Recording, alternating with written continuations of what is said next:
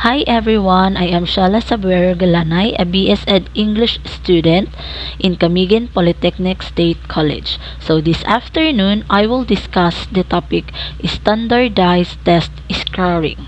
But before that, please allow me to read first my objectives. So at the end of the lesson, the students should be able to A. Define what is standardized test scoring.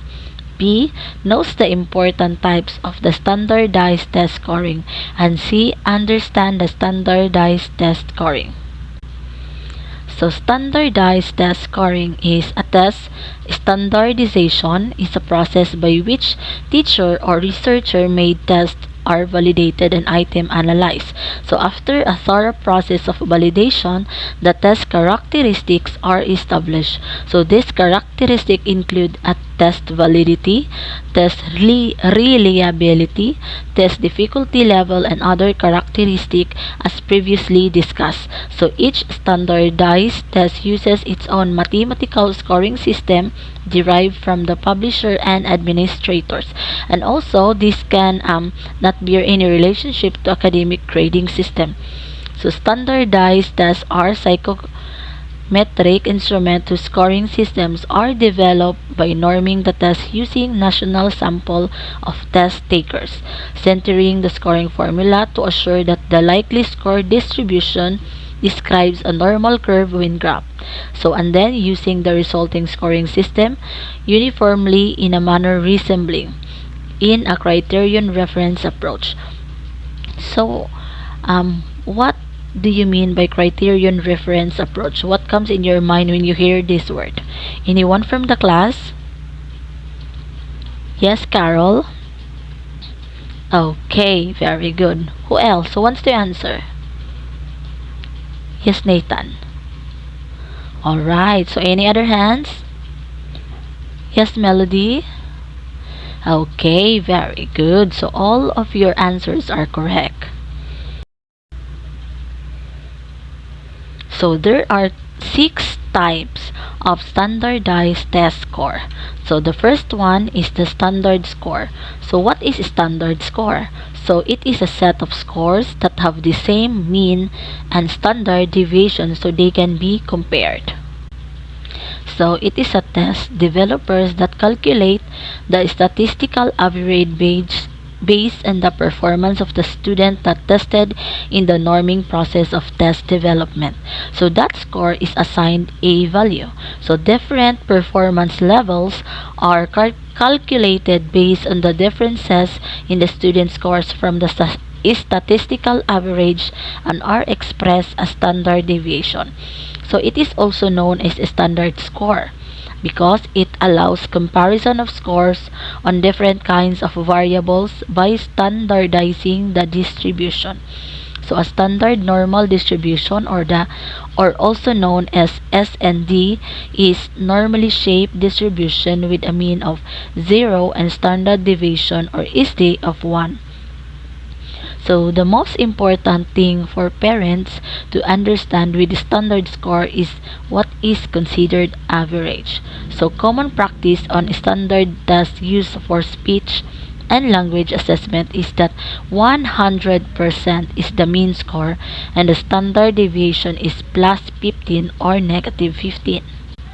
So as you can see in the picture above, so there is a standard score. So the very low score is which is called extremely low, and then followed by the very low, and then low average, and then the standard average is in the center, which is you can see in the picture that there is a curve from the bottom to the up.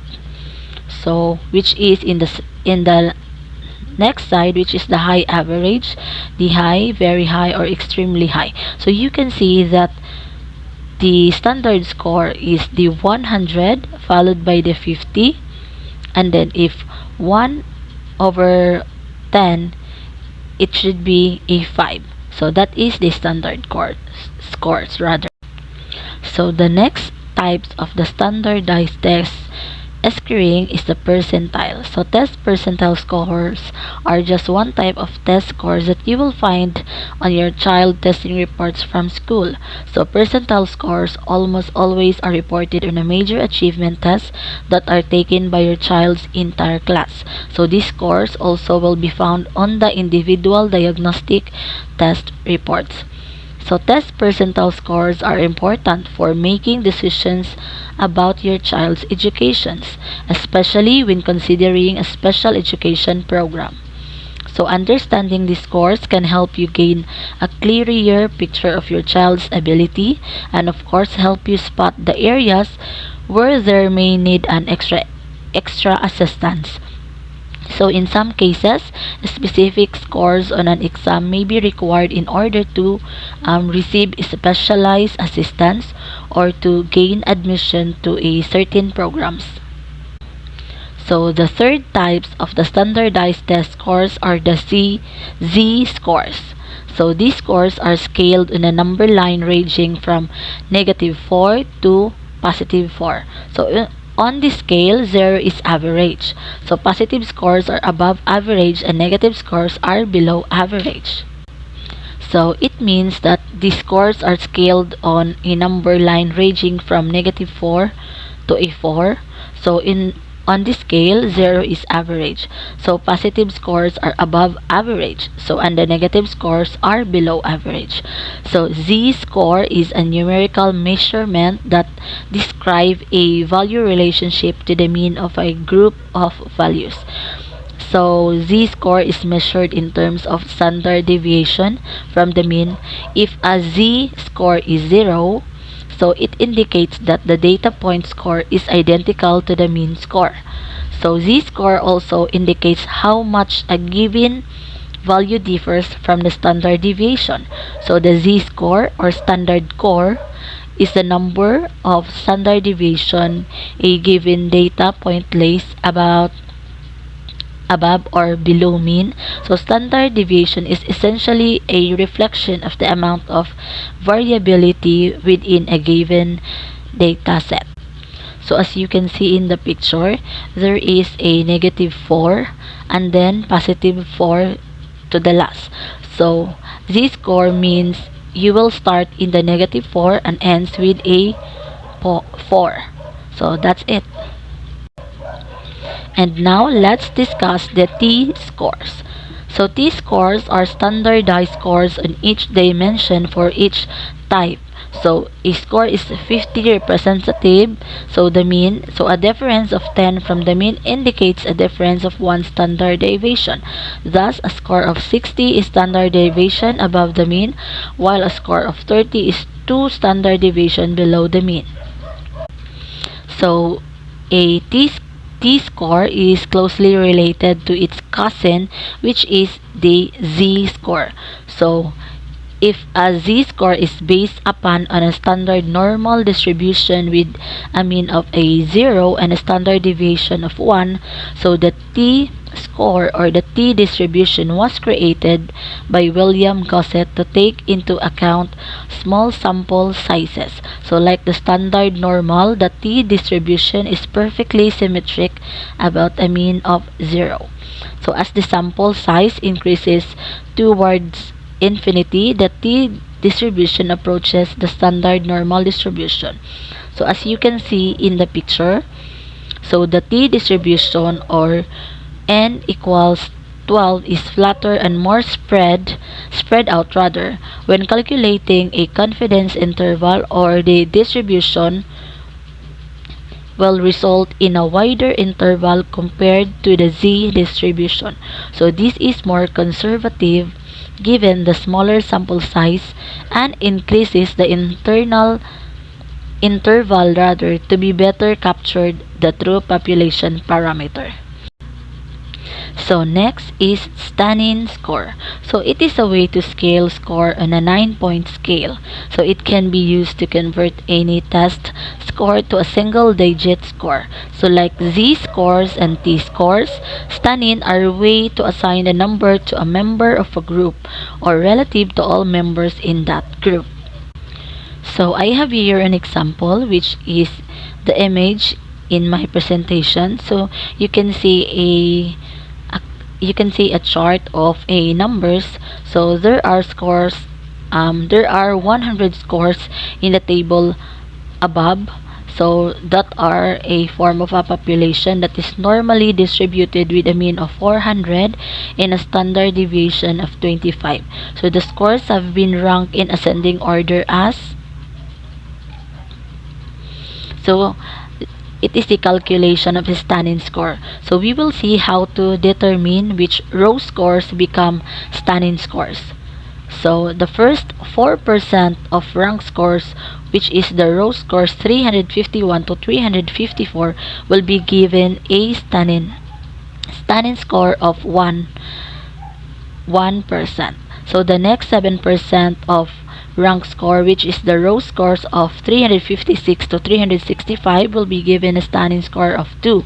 So the next 12% of the rank scores, which is the row scores, is the 366 to 384, will be given a stunning score of 3. And then the next 20% rather of the rank score, which is the row scores of 392 to 406, will be given a stunning score of 5, and the rest. So now that the score have been converted to a 9-point scale, so we can easily interpret them. So a score of a 5 is the midpoint and is the average score. So each point in the scale is 0.5 standard deviation away from the mean. And now let's discuss the last types of the standardized test scoring, which is the scaled scores.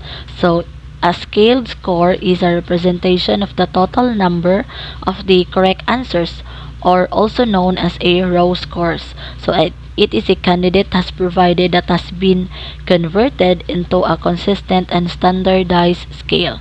So scaled scores indicate the same level of performance regardless of which form a candidate has received. So as you can see in the picture above, so row score means when your administrator give you any test, so the first step in scoring almost always will be to calculate the number of correct items to the students that obtain. So for example, if a student took a 20 minutes or 20 question spelling test in your class, so the first thing that you would do is to determine how many words that the student spelled correctly. So this score is known as the row score. So the row score normally indicates that the number of the items correctly and answered on a given test. So in almost all cases, it is the first score that a teacher obtains when interpreting a data. Okay, so and now that I am done discussing for our topic this afternoon, I will give you an activity so that I can test all of you if you really understand our topic this afternoon. So I want you to answer this activity from number 1 to 3. So can you please get a 1/2 sheet of paper and then answer it in 5 minutes. So your timer starts now. Okay, time is up. So finish or not yet finished, please pass your papers in the front. And now before I will let you go, so I will give you an assignment first. So put it in or write it in a 1/2 sheet of paper. So make a reflection about our topic or about your own understanding in our topic this afternoon. So this is my references as well, and thank you for watching, and I hope you enjoy the presentation. Bye.